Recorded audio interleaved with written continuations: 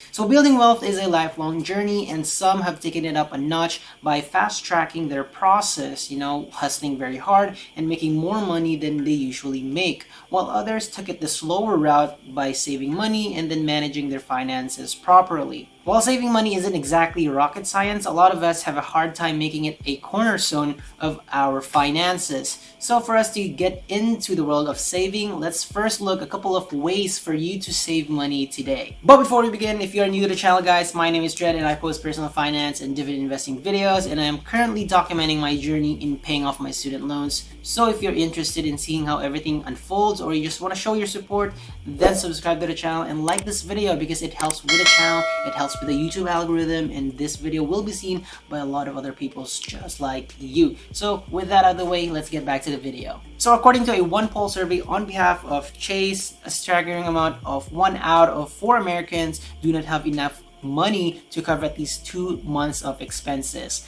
Now that amount really varies on where you are living in the United States, but for simplicity's sake, let's just choose California, and then you are living a decent life. So that kind of like translates to around 2,000 to 2,500 to upwards of $3,000 per month. Okay, you are not living an extravagant life, just a decent one. So if that is the case, that means that most do not have at least $4,000 to $6,000 in savings tucked away in case of emergencies. Now, on the other hand, in the Philippines, a financial inclusion survey done by the Bangko Sentral ng Pilipinas in 2019, it stated that at least 53% of the total adult population in the country had some form of savings. While it was not mentioned in the 2019 report, I found in a 2017 report that 62% of account holders had like around 5,000 pesos in it. That roughly translates to $100 in savings balance. And according to my mom, that's just like a typical maintaining balance for a typical Filipino savings account. So savings has become a popular topic because of the pandemic, and more people are starting to look into their finances just to stay afloat. So looking into ways on how to save more money is going to do wonders for you right now and in the future. So I am done with that intro part right there with all the numbers. Let's go dive into the 9 ways that you can start to save more money today. So the first one is to automate your savings first. Now, one of the problems that a lot of people face when it comes to savings is that saving isn't exactly their priority. Okay, it's not the first thing that comes into their mind when they receive their paycheck. What they usually do is when they receive their paycheck, they think about setting aside money for their expenses, and then whatever is left over is pretty much considered as savings. Now that doesn't actually work, because here's the thing: if you consider savings as kind of like a last thing and you really don't think about it that much, okay,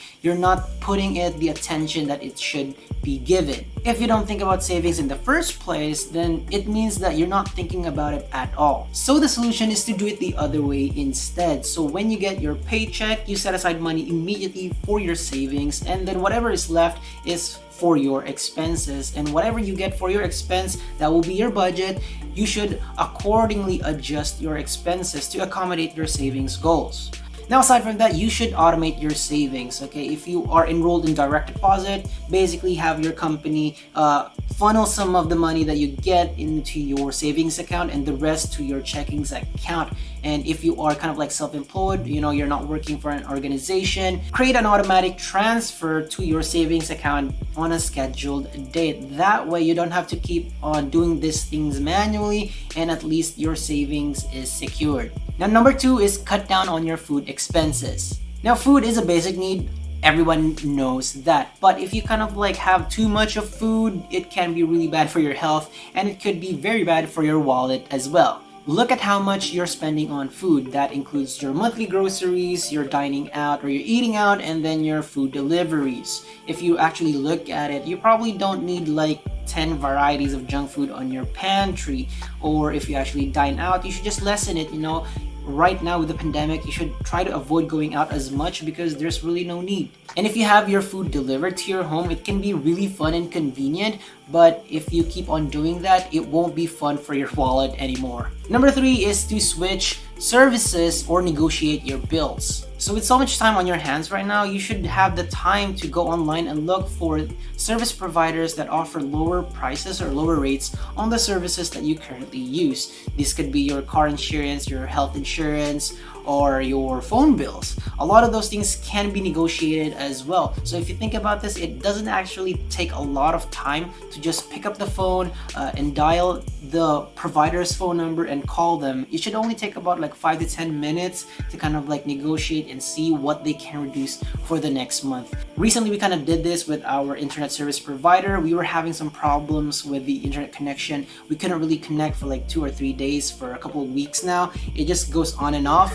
And it kind of sucks because we are paying for this service for the entire month, but there are some days that we couldn't avail of the service. So luckily we called in the customer representative and kind of like told her there's this situation, and then she told us that she was going to see what she can do for the next month's bill. And there you go. Problem solved. So number 4 is cancel or share your subscriptions. So subscriptions can be a pain if you don't manage them properly. A lot of the services that you are subscribed to might not have been used for a while now, but you are still paying for them. So it could be Netflix, Amazon Prime, Hulu, or whatever, Spotify maybe, whatever type of subscriptions that you have, look into them and see what you can cancel. Now, if you don't feel like canceling a service or a subscription at all, then try to share these things with your friends or your family. At least this way you can cut down your cost. And not only that, you can also enjoy the services that you're subscribed to. Number 5 is avoid unnecessary travel. So with what's happening right now with the crisis, you should really avoid unnecessary travel. You know, there's like a lot of things that you can do at home.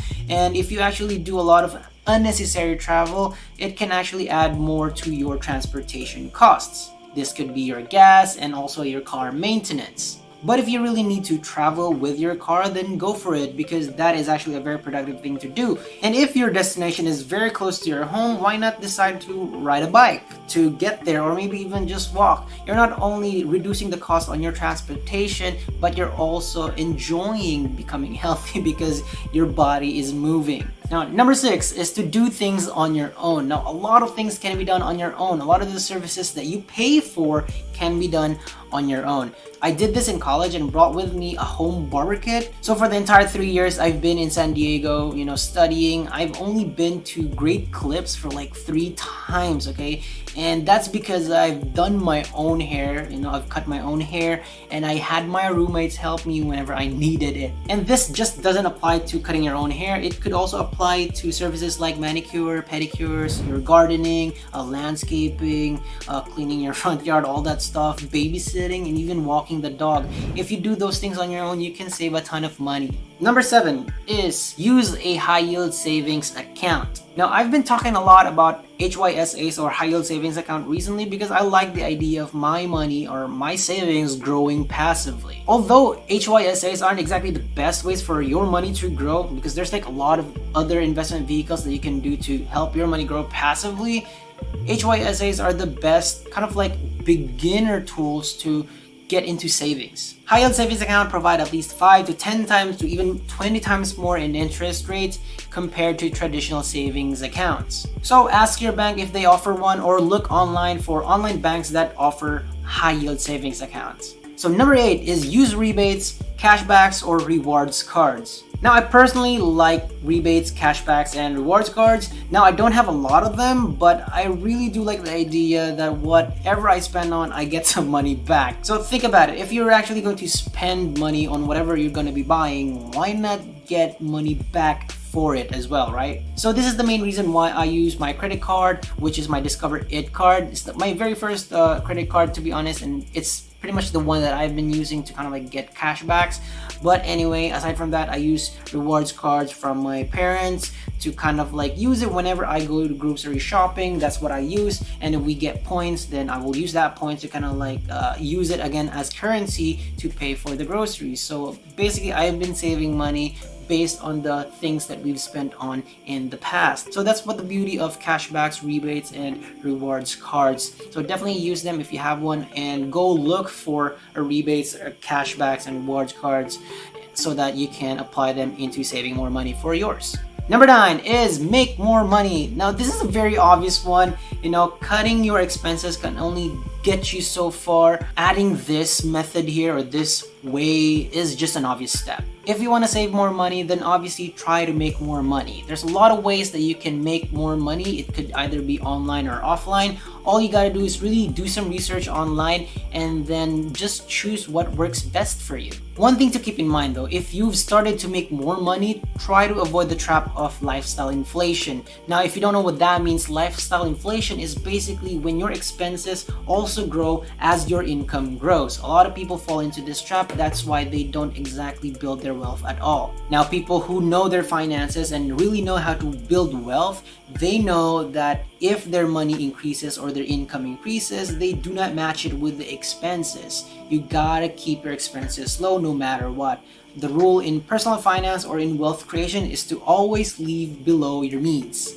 And there you go, guys. Those are 9 ways for you to save more money in today's environment. Now, to be honest, this just doesn't apply to today's environment. It also applies for the years to come, because these things are ideas that you can refer to. And if one of them doesn't really work, then you go switch and use another idea. That's what this video is for. There are a lot of ways to save money, but these 9 ways could jumpstart your savings habit and slowly pave your path to building your own wealth. So that's it, guys, for the video. I hope you enjoyed watching this one, and I hope that you learned something new here. If you could do me a favor, please subscribe to the channel and like this video. Comment any questions that you have, because your your comments, and even sharing this video really helps with this video getting seen by others as well who are in your situation. And it also helps with the channel because it will keep on growing and it will be shared and be seen by more people. So thank you so much for that one. So aside from YouTube, I'm also on Instagram at Daily Dredd. You can chat with me there.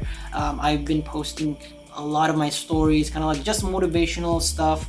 And you can chat with me there, exchange some ideas, or even ask me questions if you haven't dropped them in this video at all. So there you go, guys. 9 ways for you to save more money in today's video. I hope that you have a wonderful day, and I will see you in the next video.